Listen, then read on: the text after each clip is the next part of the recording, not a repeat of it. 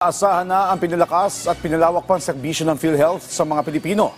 Ayon kay PhilHealth President and CEO Dr. Edwin Mercado, paabutin nila hanggang sa labas ng ospital ang tulong ng kanilang ahensya sa kanilang mga miyembro sa pamamagitan ng pinaraming outpatient services na kanilang sasagutin.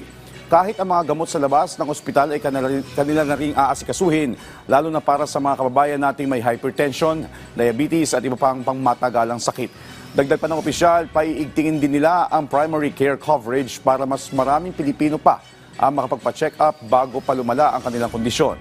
Sa harap ng pinaigting na serbisyong ito, tiniyak ng PhilHealth na hindi din pababayaan ang mga ospital at healthcare providers.